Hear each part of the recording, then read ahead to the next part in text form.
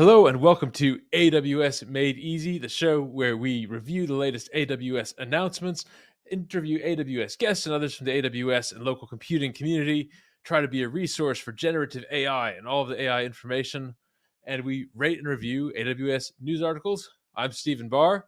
Hi everyone, I'm Rahul Subramaniam, and welcome to episode number 93. We're getting there, getting to nearly 100. So excited this week. There's so many new interesting things to talk about today. So, how's your week, Stephen? We had this snowstorm roll in today, and that Oh was wow. that was exciting. Well, it wasn't like much of a snowstorm, but it got really cold and really windy, and it happened for a few minutes, and then it was fine. So that was fun. I'm also working on some 3D printed props for a couple of upcoming announcements, so you'll see those soon. But check this one out. I did a branded one here. I thought it was kind of fun. Oh, nice. There we go. How about you? How have you been? Last week was a week where the house felt like a sick bay between me and my kids, everyone being unwell, but all well this week. And I had a very interesting weekend project where one of the schools that we were working with wanted an apparatus that basically allowed you to run chemical reactions at a constant temperature. So, quite an interesting engineering challenge. And so, we were working on that over the weekend, and it was a lot of fun.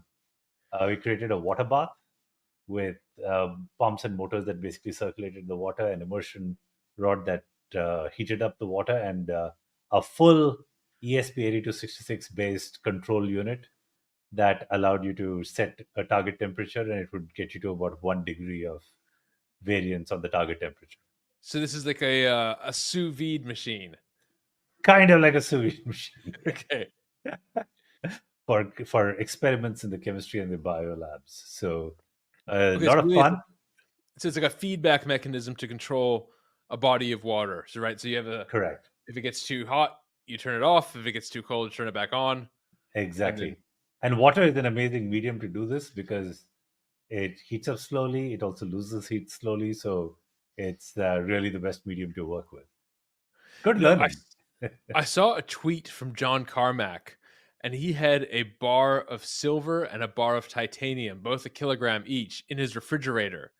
And it was to show how the different conductivities worked, right? So you pull them out of the fridge. The silver is a much better conductor of heat than the titanium, or conductor of cold. It's a neat idea, right? To get a tangible feel for this stuff. Yeah. And I learned a ton over the weekend as I was working on that particular project.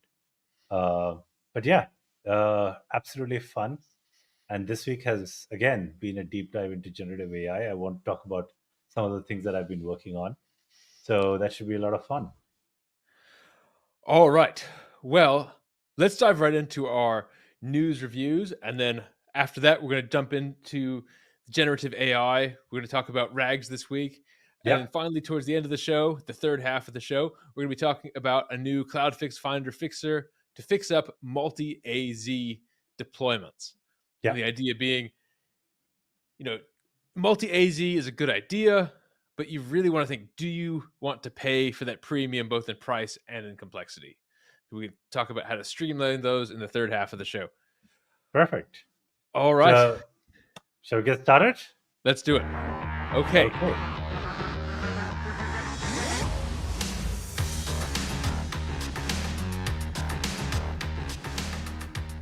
First article of the week, AWS announces Neptune IO Optimize. Now, this sounds a little bit familiar, like Aurora IO Optimize. What is this, and what are the implications in terms of how you should use Neptune? Is it going to be priced differently? Rahul, tell us about this, and how is it going to impact Neptune users? Okay, so like most databases, these databases are very IO intensive, especially when you're loading tons of data in, you're creating a whole lot of new nodes, and you're analyzing massive spans of the tree. Now, if your bill is, has at least 25% of the fees being IO charges, then this makes sense for you. You get these IO optimized instances that are really fast, and they can save you up to 40% on your costs. So definitely simplifies with this new instance type, and I would give this a solid 4. Excellent. All right, that's our 1 minute review. Want to get a little bit more. Whoop, there's the timer. So just for a little bit more detail before we transition to the next article. So this is not any change in hardware or performance. This is a pricing related change. Is that I right? mean, it is a new instance type. So when you get started, you Oh, can choose one of standard or the IO optimized Neptune instances. And so you have to pick one or the other. And once you pick the other, then you get, you have to decide what profile is best suited to your database instance. so if only there was a way to analyze your traffic and then switch between the two of them with some automated tool. I know just the folks who can get this done. And Seems like we have to have a chat with engineering. yes. So this is one of the fixers that CloudFix is currently working on, and we should be announcing it very shortly. And note this is posted 4 days ago. So that Correct. is pretty cool. The agility of CloudFix. We get things done. We get things done quickly. That's because we stay on top of all of these news alerts. Neptune IO optimized. We talked about Aurora IO optimized. Now that one's Yes. a little bit different in that it's not pegged to the instance type. It's a setting. Correct. It is a setting, but in the case of Neptune, you basically choose between these two configurations. Okay, so that makes it slightly harder to switch between them. Well, it just needs a restart. So it's Okay. not that difficult to do that. It's relatively straightforward, but the benefits of 40% better price performance seems totally worth it. Okay, so we're talking minutes of downtime here. You Correct. retype and okay, that's great. That's correct. Neat. Well, that is Neptune IO optimized. As I've said before, I have a soft spot in my heart for graph databases. I like Neptune, and I like them in general. I think it's a really neat, different paradigm. Right, the Completely standard agree. model of tables and joins has been around for a long time. Graph is a neat way of thinking about certain types of data that I think is more natural. I like the idea of thinking about your data the way you would on a whiteboard. Completely agree. Completely agree with that. Great. All right, well, let's do the next article.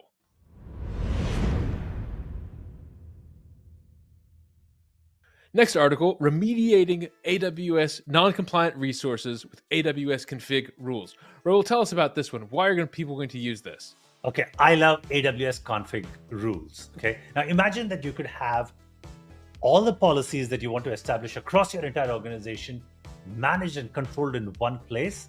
And once you set it up, it just implements all of those. So, for example, if you wanted tagging to be right and done right every single time, if you wanted to make sure that all the S3 buckets you launch have S3 intelligent tier turned on, those are some of the examples of things you can enable centrally with AWS config and have it complied through across your organization. I love this announcement for the reason that they're expanding that further to newer regions. And it's just a reminder for everyone to make sure you turn these on and use them. So 10 I'm going to seconds give this left. a How do you rate it? simplifies, definitely a simplifies, and I'm going to give this a 4. Cool. AWS config, check that out. That way you can have all of these policies. You can make sure that things that are important to your account, to your organization, get done at creation time. That is exciting. Keep that organization that way. Yeah. I feel like it could be like my garage, right? I'm regretting not organizing from the get-go. And now I have Yes. the weekend task with my wife and I are pulling everything out, thinking about our organization strategy and redoing it all. Would have been better to have it planned right from the get-go. And we're going to put up some shelves and future things that go in the garage. We'll have a spot, have a label. Yeah, get it done right Yeah. on creation. 100%. 100%. All right, let's do the next article.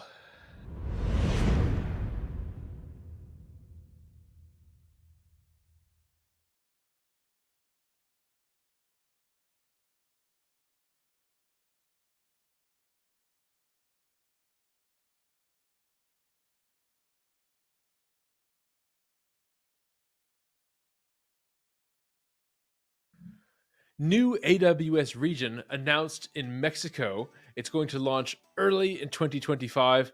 This is really exciting, expanding the North America regions. Raul, what's your take on this one? Yeah, so AWS already has had edge points in Mexico since 2020, I think. And so this is just an expansion into an entire new region.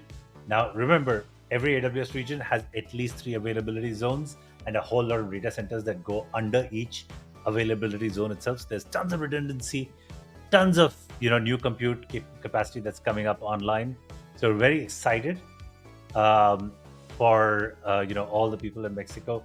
I think over a period of time, the local, regional data sovereignty issues start becoming important, and therefore having more data centers across the world makes sense. Simplifies a lot for customers in that region, and therefore I'd give this a nice 4. It's amazing to think about, what has to be in place for a region to exist, right? You need a data center, like you said, 3 availability zones. That means different power sources, different Correct. internet providers, all of the bandwidth that goes in and out of a region, connecting that to the massive fiber that connects us all together. All of those things have to be thought out. And then just thinking about all of the physical servers that are being brought in. There's gravitons on their way, others Correct. being made right now, and thinking about this is opening early 2025. We're probably going to have graviton 5s by then, possibly. Potentially. We will see Who at this knows? reInvent. What do we get? Yeah. So that all of those things are going to have to be produced and racked and powered and wired. And I wonder what it's like in that moment where they flip the switch. I wonder what their I, test suite is for a I, region. I have a feeling that they have the data centers running for quite a while. They run all the internal tests and just make it available externally at some point. I don't think it's someone literally taking one of those massive switches and turning them on. It's not like Doc Brown at Back to the Future, just No. connecting it as the lightning bolt goes through.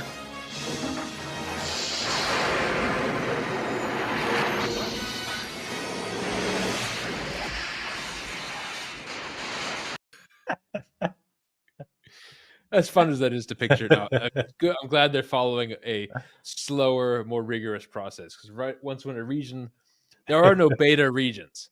There's Correct. There are the no region is beta there. regions. You want to build on it. It's infrastructure. You have to count on it being there. Correct. For the foreseeable future. Exactly. All right, we have one more we have several more articles.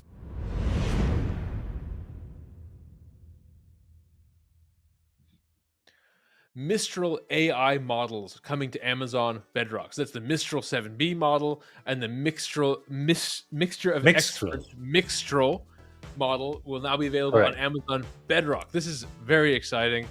Well, have you used Mistral? What do you think is going to be the impact of this on generative AI practitioners? Yeah, so I think that combination of Mistral and Mixtral, which is the multimodal model, is or a mixture of experts model, is actually really neat. I think there are a lot of users of these relatively smaller models, but which are very effective in specific use cases. Having more variety within Bedrock is absolutely a good thing. It's one way to access all of your models in one place, start leveraging them, and figure out which model does best for your particular use case. So I actually love this. I would love to see more and more models come up on this. I'm going to give this a 4, and definitely simplifies the life of developers. I was thinking about the conversation we had with Taranjeet from Embed Chain, and one of the things we talked about was being able to do things locally. And Yes. Mistral and Mixtral you can run locally via Olama. Correct. And so it's neat to think about. You could develop locally. These are small enough models that you can run them on moderately powerful. My Mac Studio can run it. This laptop could run either of those. Develop locally, and then if you structure your code to be context aware, you could push that to AWS and to Bedrock and have it be operationalized. That's a neat model. Yeah, I think in general, I'm finding less and less use cases for running stuff locally unless you absolutely needed a level of security. But if you're anyway going to move to AWS, I think you should just start with AWS. Start with Bedrock. Making calls over HTTP are relatively simple and really straightforward. They're inexpensive. You can actually do all your development using Bedrock, and then deployment is also relatively trivial. So you should just stay in the ecosystem, run stuff as efficiently as you possibly can. Don't create multiple environments when you know that your end state is going to be Bedrock. Don't create multiple environments. Stick with one. Make sure it's working great. Deploy it and get it to your customers right away. So just develop completely AWS native development. Yes, And since you're on Bedrock, you're not going to worry about scaling. It's just going correct. to handle it. You just need to make Correct. sure your margin, make sure the economics work out. Exactly. Because the problem with local development is that if you're using Olama, you have one set of open API compatible API that's available locally. But then you might also choose something like LM Studio, which allows you to do something similar. And it'll give you a different, slightly different OpenAI compatible API. And then you have to finally go to Bedrock, which is a completely different set of API. So you don't want to have all these different modes of operations. You want to keep your operations really simple. So if you're targeting AWS, then just develop with Bedrock first. Correct.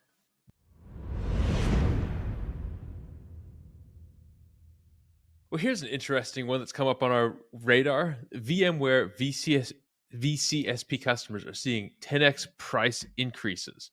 Correct. What's the story with that? What's going on here? So number one, VMware got bought over by Broadcom, and as expected, Broadcom has decided to increase the overall fees or charges for two categories of customers. Number one is a lot of customers who basically had one-time license purchases. They are moving everyone to subscription-based model. So you basically have to pay every year instead of the one-time fees that a lot of customers had. They are sunsetting a bunch of products that were free and readily available to everybody for non-paying customers as well, but that's going away as well. And then for VCSP customers, basically these are customers who basically operate almost like MSPs. For a lot of these customers, they have basically now got a minimum, apparently, number of cores that they have to buy.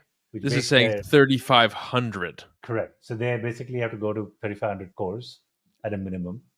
And that is basically going to be a huge sticker shock for a lot of these MSP like customers of VMware. And that's from an increase. It's saying previous an MSP could have 50 customers, but maybe 500 to 600 cores running Yeah. VMware. Now the new minimum is 3,500 cores. Correct. So that's a huge, huge bump, right?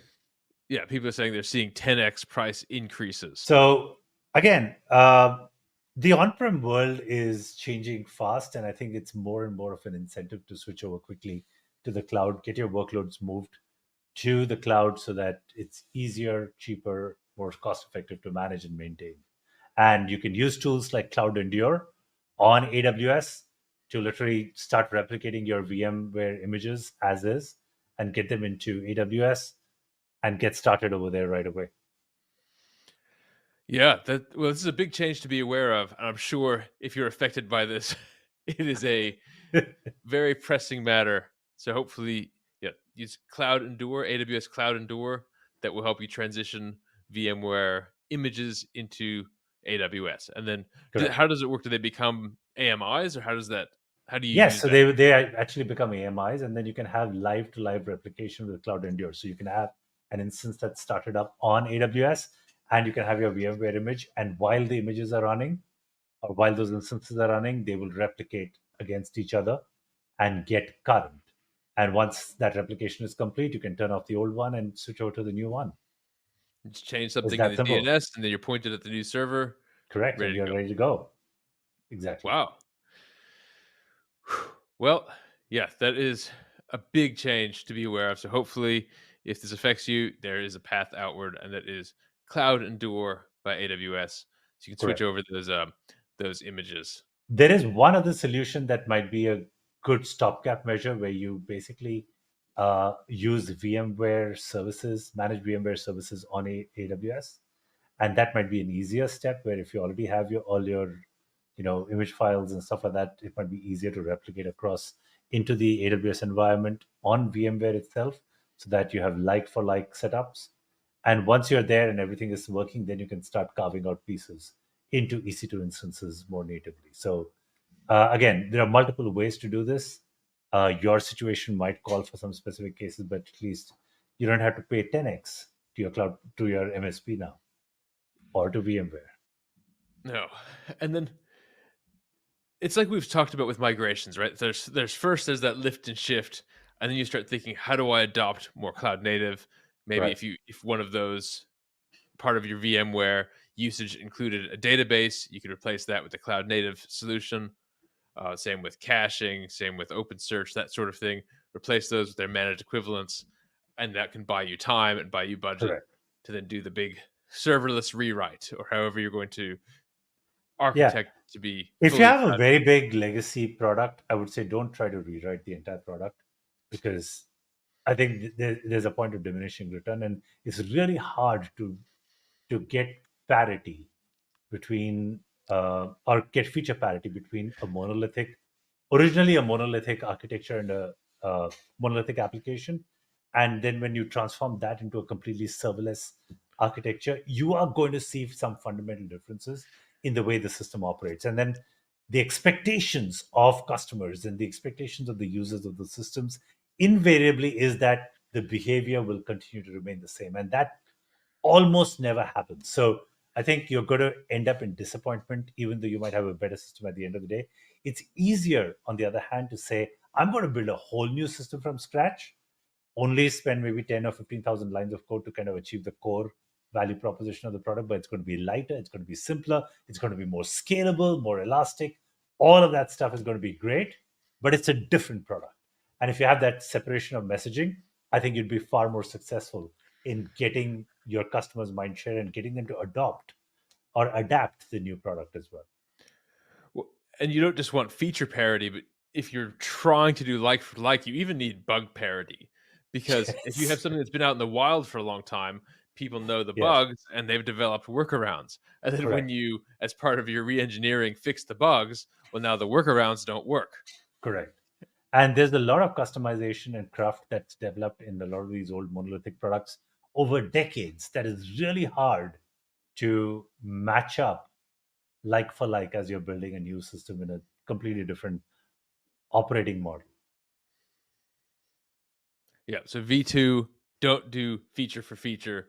Do that Pareto optimal core set of Yes. features that you can get done in a lightweight shell, Correct. and not having to replicate every last corner case that's been in your old code base for decades, possibly Exactly. decades. Keep it as a separate product altogether. And yeah, the new product should be cheaper, lighter, more efficient, and better in every way. And that's a great incentive for customers to move to the latest product. Yeah, because you can't manage it forever. So what is Broadcom's end game here? It's just the trade-off between a smaller amount of very high-paying customers is more worthwhile than a Yes. lots of low-paying customers. That's absolutely right. And because it costs a lot to manage and maintain every customer, everything from customer support to bug fixes, you really want to have a small number of very high paying customers as an ideal business model that's very efficient, that's easier to manage, easier to maintain. So it makes sense from Broadcom's standpoint. I think it's just a whole lot of VMware customers who are basically going to bear the brunt of these decisions.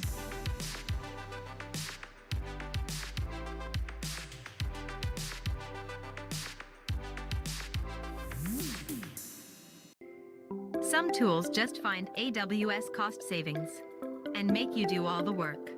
Visualizing cost opportunities is great, but that's not enough. CloudFix, on the other hand, actually delivers those savings for you. And you don't need to worry, because CloudFix is AWS recommended and easy to use. It's the only tool that fixes cost-saving opportunities, and not just finds. It's the easiest way to save money on AWS. It's all 100% automatic and risk-free. And the best part of all, it works non-stop. Stop overspending on AWS and click on the button to start saving now.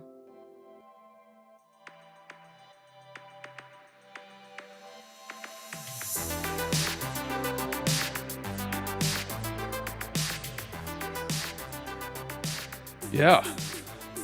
All right. Well, here's an interesting article that came up from Wall Street Journal. Let me share this one. A shifting AI chip market will shape NVIDIA's future. Now, I got this article Yeah. from the paper copy, but it's a lot easier to see it on screen here. So one of the neat things about this article is they were saying that NVIDIA's share in inference work, which is, I guess, not as demanding as training work, would be less. But then according to NVIDIA's published earnings, NVIDIA is doing a lot of inference work. So that's, there's discussion from the chief executive of Intel, bank analyst Vivek Haria. He's saying the shift towards inference was perhaps the most significant news to emerge Wednesday from NVIDIA's quarterly earnings report, which beat Wall Street Journal forecasts.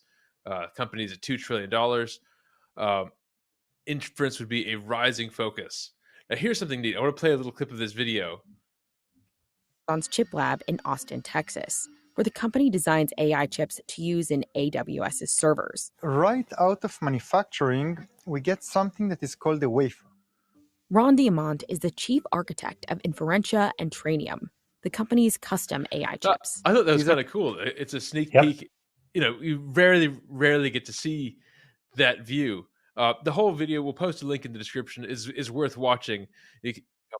Or the compute elements or the components that actually perform the computation. Each of these rectangles, called dice, is a chip.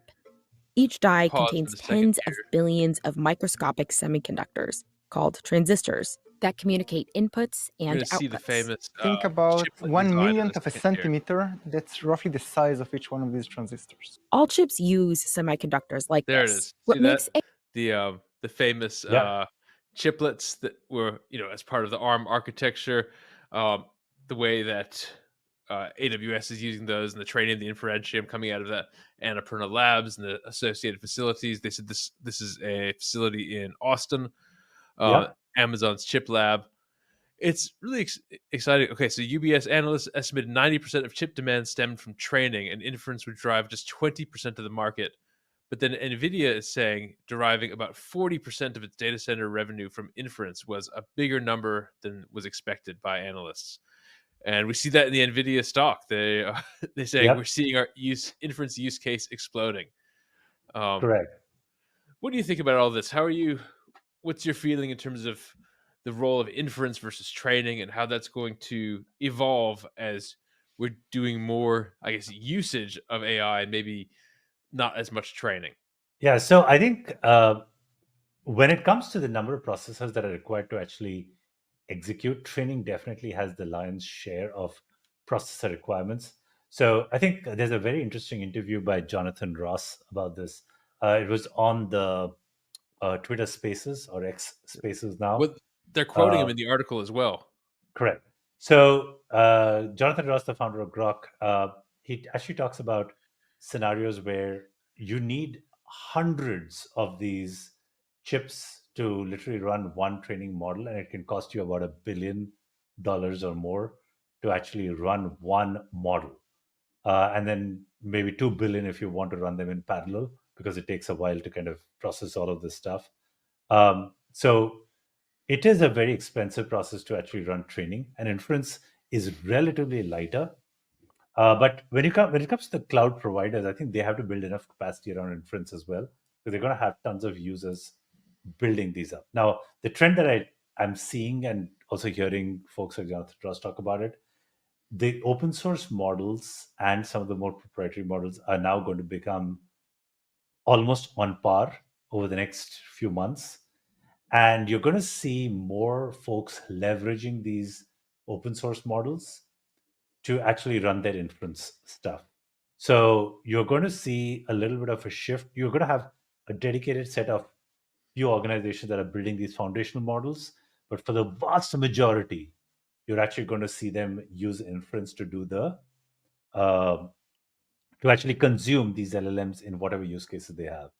I'm seeing far less use of fine-tuning than I had imagined. I think fine-tuning, which is just a subset of the training that you would do on the models, you're not seeing that as much of fine-tuning happening anymore. But yeah, foundational model construction is, very heavily biased towards using an insane amount of compute all up front.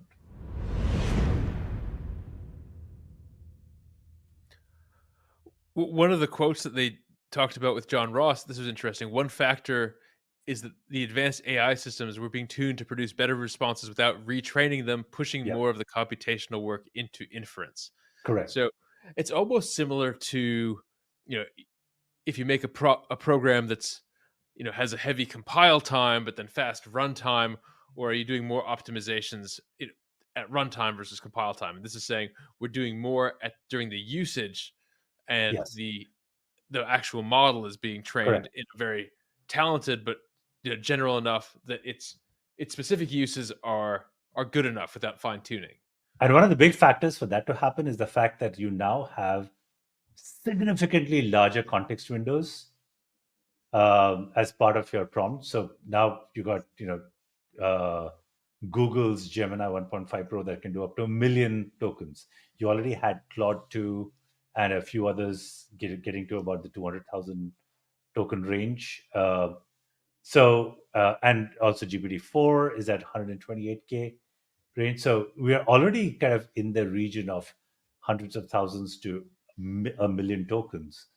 And that's plenty. So you don't really need to, spend your time fine tuning anymore. You can actually get the context window, taking on all the context needs to drive the same performance without the overheads. Yeah, it'll be really neat to see how the different companies, both like Grok and NVIDIA, traditional companies, Intel and AMD, and then AWS's own chips, how this whole ecosystem competes and evolves. So we'll see, what is the most cost-effective solution. One thing, I'm sure glad there's a multitude of different approaches being tried at the moment, and us as the end users, we can benefit from that competition. 100%. Neat. Well, that is that article. I'll post the link in the description. The one that came up that's kind of neat is this new book that's out, Cloud Career Journeys. Can we see that there? Yes. Cloud Career Journeys. So this is by Prasad Rao and Ashish Prajapati, and it's about basically how various people who are influencers and also just very big in the cloud world, their story. I'll read some of the names out. I think you're going to recognize lots of these. We've got Daniel Gaina, Eric Johnson, Sandeep Das, Prana Mehta, Nana Janisha. She's Tech World with Nana. And then, let's see. We got Jeff Barr. And he is the last chapter in the book. So definitely check this out. We're going to reach out to some of these folks and see if they'd like to come on our show and maybe just give us the in-person take. I think over the next couple of days, I'll be reading through this cover to cover. That sounds like a lot of fun. I have to pick up my copy of this book as well. So thanks for bringing it up. I'm going to order mine right away. Yep, it is Cloud Career Journeys. I think they have a pretty good website as well. Cloud Career Journeys. Oh yeah, it is on Amazon. It just got released in the last couple of weeks. Fabulous.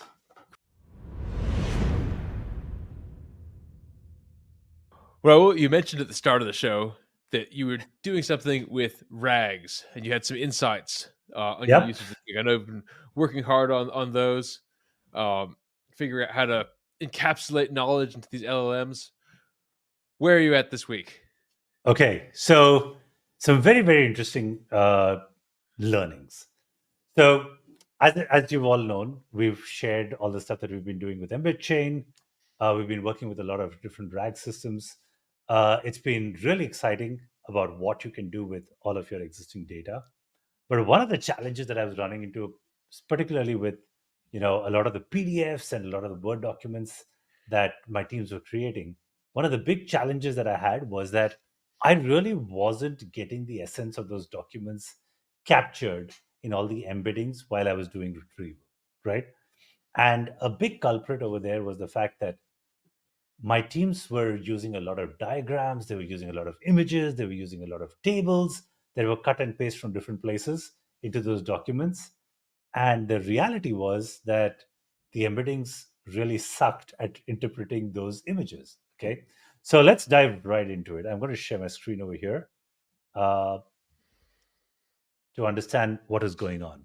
So in a traditional RAG, right, you've got a PDF document, you've got a Word document, whatever the format be. You take that, you then create embeddings out of it. And in most of these cases, the embeddings are just the embeddings on the textual content, right? So you created the embeddings and then you do a retrieval.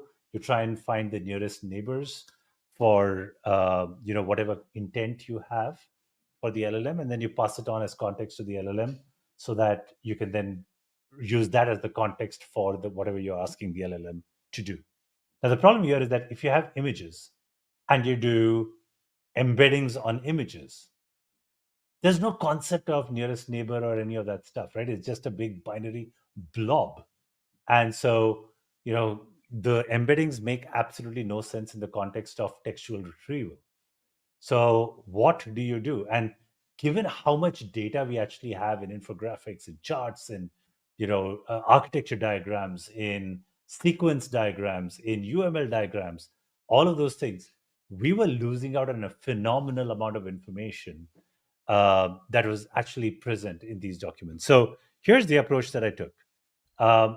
I built a little system that changed the entire RAG pipeline and did this. So whenever you have a document, you not only go through this chain that we discussed earlier, where you create the embeddings on the text, you do retrieval and LLMs, but before you get into the retrieval step, you first extract out all the images from the document. Okay. And something new that I learned, docx, which is the Word document format, is actually a zip format.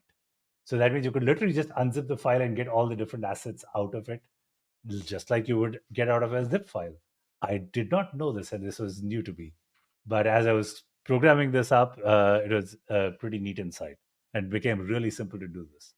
The next thing I started doing was I started using some of the vision models to then ask the question of, hey, tell me what this image is, and tell me what's happening in there. And if it is a diagram, if it's a sequence diagram, whatever kind, can you generate a dot format? And this is a format that is used by tools like GraphViz to actually create these diagrams. So I was like, can you give me a text version of this graph or this chart or this, whatever is the context over there? Give me the text version of it so that I can do something with it. So I would generally use the vision models, and some of the vision models are really amazing at what they can infer out of an image. So I started pulling out all the images, collecting all the textual data. It would actually describe exactly what is happening in the diagram, and I would get a dot version of the graphical representation of whatever's in the diagram, and then use that to then create embeddings out of that data that I got out, put it back in the embedding in the vector data store. And once you do that, then if you do the retrieval, you find that there's so much more context that just got added to your document or to your query, that the results were actually now far more rich and a lot more relevant to exactly what we were asking the LLM to do. So I thought I'd share this insight. When you have documents that have different data types in them or different kinds of elements in them, try and figure out how you can, make sure that all of that context is being captured in the RAG before you actually do retrieval. Okay, so to summarize, so if you say if you had some dependency chart, and in the text of your document somewhere it says, now we referenced this chart to work out the dependencies of our system, and if this document was written for a human, the human would look at the chart and they'd see, okay, X depends on A to B to C, and I don't know, I to J to K, and then C and K converge to X. And then that's all easy to parse for us visually. That's how we would draw it on a whiteboard. Yeah. But if you just throw that image in with the doc, it's not going to have that information readily accessible at hand. But if you then take the image and say, give me a dot diagram, and the dot is going to say A arrow B, B arrow C, and it's going to load up all of that. And then you have a textual representation of your dependencies along with the rest of your text. Then you can start to ask questions Like, Yeah, I'll give you a better example. A better example is we had a bunch of documents in which some of my teammates had written up entire algorithms as a flowchart. And the flowchart is probably the most, intuitive way to represent a complex algorithm. So they basically described the whole algorithm in a simple flowchart. It was simple to read, visualize, all of that stuff. Now, what I asked the vision model to do is not only to give me the dot version of the algorithm, but then also describe in detail everything about the algorithm. And it did an amazing job of saying, this is the sequence, here's step one, step two, step three. It had all the if conditions, everything mapped out and literally textualized beautifully. And then I took all of that. So not only the dot model, but also all the textual explanation of what was happening in that flowchart. I took all of that, put it in the RAG, and then when it had to describe the algorithm or whatever, it did an amazing job of using that context to answer other questions. I'm thinking back to a project I did a long, long time ago. And so a long time ago, I was working for this cancer research hospital, and they had complicated flowcharts for dealing with certain types of cancers. And it was things like, run this test. If the result is between these two numbers, then try this set of drugs. Otherwise, try this set of drugs. And then after several rounds, run this test. And they had these flowcharts that these teams of doctors would develop. And they existed in Visio diagrams. Yeah. And I tried to understand, okay, are these charts complete? And basically write a language that represented these charts. Now, parsing the Visio file format, that's incredibly complex. It is a very general thing. And this was, more than 10 years ago. It was really complicated to get right. We ended up using an intermediate language. And it was an interesting problem, but to think that we could just take that flowchart and hand it to an AI and say, okay, parse this into dot, and then from dot you could load it up into whatever algorithms you wanted to make sure that the full state space is covered.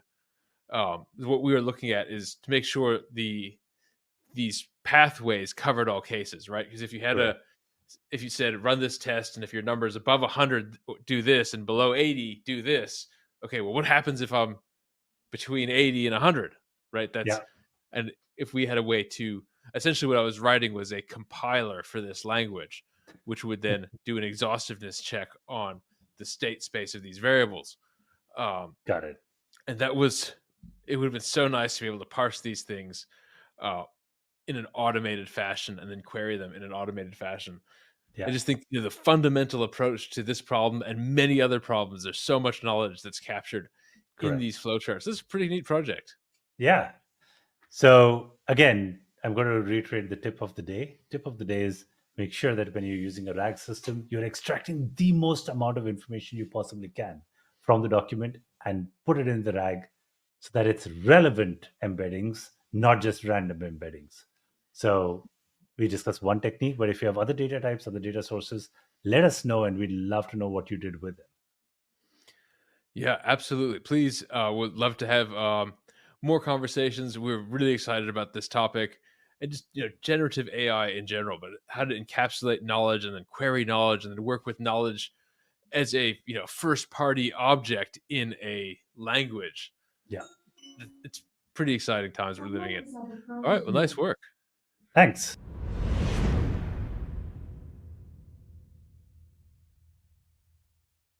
We wanted to talk about the CloudFix Finder Fixer, the new one of this week. We've been working hard to bring new Finder fixers every week. This one is a little bit different. This is a Finder fixer for RDS multi-availability zone deployments. Yeah. Now, this one is interesting in that it's not going to just go in and reduce our redundancy, but it's going to tell you about database deployments that are multi-AZ. And so here's what I think is interesting is a lot of times when you have an environment that works, so you have a database, it's really easy to copy and paste a CloudFormation template, change a few things, and you want a copy of the development environment. So say if you had a production database that was set to run on multi-availability zones, you copied that CloudFormation template, renamed it, launched it again, and okay, great, you have an identical copy that you want to use for testing or bug fixing or staging or whatever you want to use it for. That development database probably does not need multi-AZ reliability. For sure. It does not need a multi-AZ environment. No. And the interesting thing about this is that the cost savings are at least 50%, right? Because for multi-AZ, that means you need a whole other copy in another availability zone.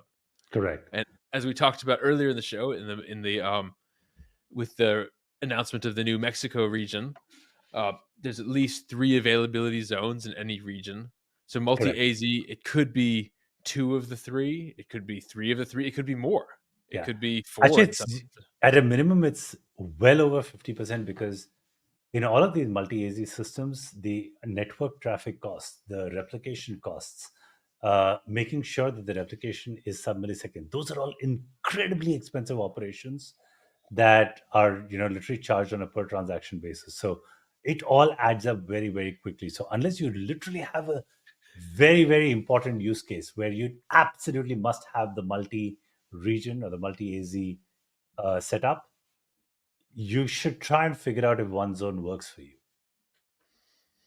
Yeah, exactly. And that's pretty exciting where 50% is, like I said, the lower bound. And that's if your databases don't do anything. Correct. And if there's traffic and if there's replication, that's all going to be on top of that. And if you're in 3 AZs, which is possible, that's a lot more. And it doesn't need to be. So this Finder Fixer, it's not going to make an automatic, it's going to show you, and then you can just decide, but you can see all of it in one place, and you can make that decision where it will look at all of your AWS resources that are available in that master payer account, and then alert you to any multi-AZ deployments. That way you can just go over the list.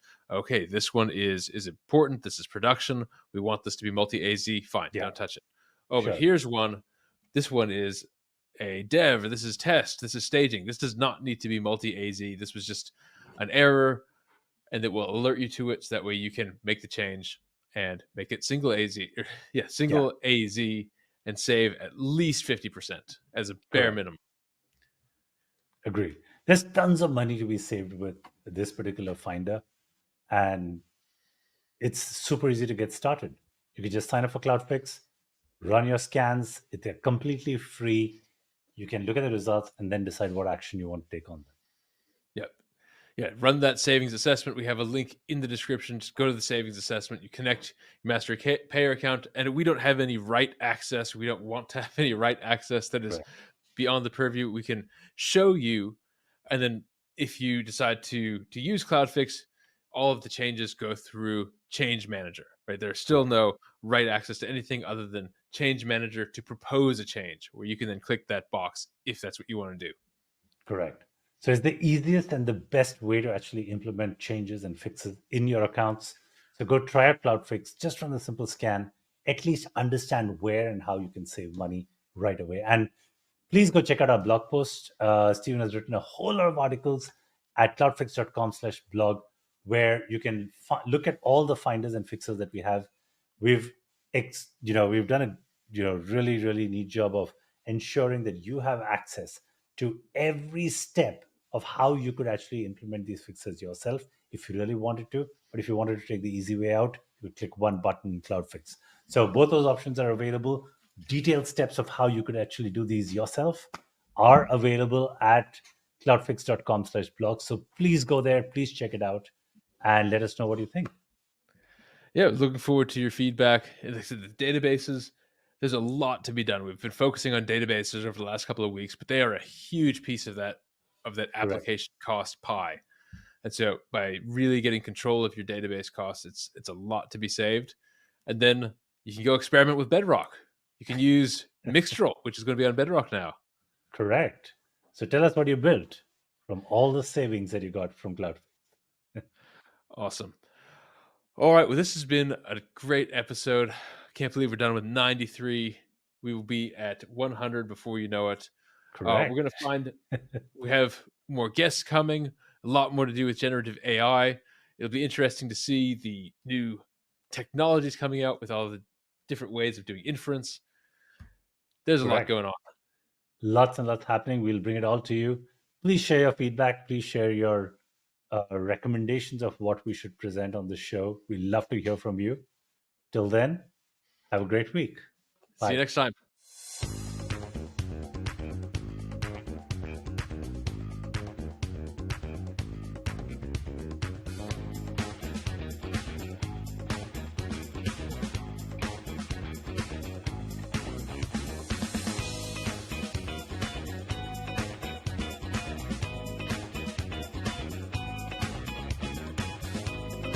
Some tools just find AWS cost savings and make you do all the work.